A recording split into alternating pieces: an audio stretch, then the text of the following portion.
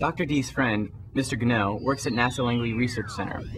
He develops new instruments for global positioning systems and has agreed to meet with us. Hi, Tony. If anyone can help us learn more about GPS, he can. Pretty good. GPS, or Global Positioning System, is a constellation system of 29 Earth-orbiting satellites that were originally designed by the U.S. military in the 1970s as a navigation system. 29 sounds like a lot of satellites. Why do you need so many? It takes 24 satellites to provide global coverage, leaving 5 spares. The orbits are arranged so that at any given time, anywhere on Earth, there are at least 4 satellites visible. Why do 4 satellites need to be visible? Your GPS receiver needs 4 satellites in order to determine its own location. How does our GPS locate itself? By using a simple mathematical principle called trilateration. I'm not sure simple and trilateration should be used in the same sentence.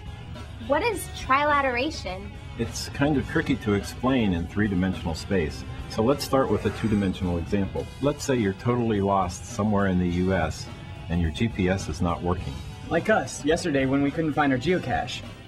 As you are trying to find where you are, a friendly person tells you that you are 1,000 kilometers from Boise, Idaho. Do you know where you are? No. I could be 1,000 kilometers in any direction from Boise. Exactly. Now, let's say another friendly person comes by and tells you that you're 1,110 kilometers from Minneapolis, Minnesota. Do you know where you are? Not yet, but I'm getting closer to my location. That's right. Now you have 2 choices, but you still don't know where you are. Finally, another friendly person informs you that you are 990 kilometers from Tucson, Arizona.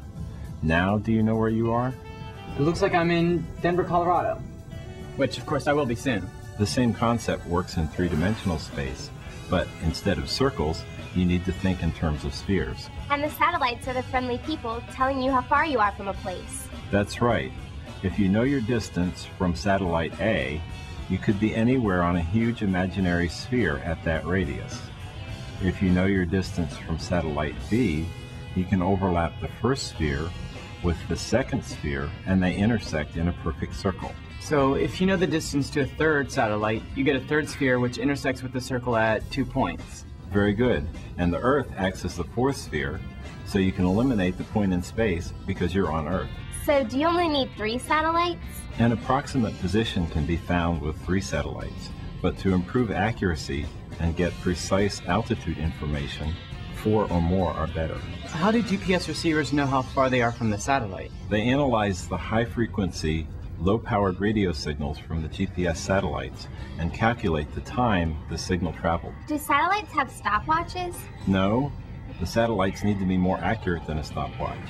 The satellites use a very accurate atomic clock, which produces exact time-coded signals. And what happens if a satellite malfunctions? It's possible. Again, that's why we have 29 satellites when only 24 are needed, leaving a few spares. It helps to have extra. True. Here at NASA, we use GPS to determine the position of aircraft and satellites.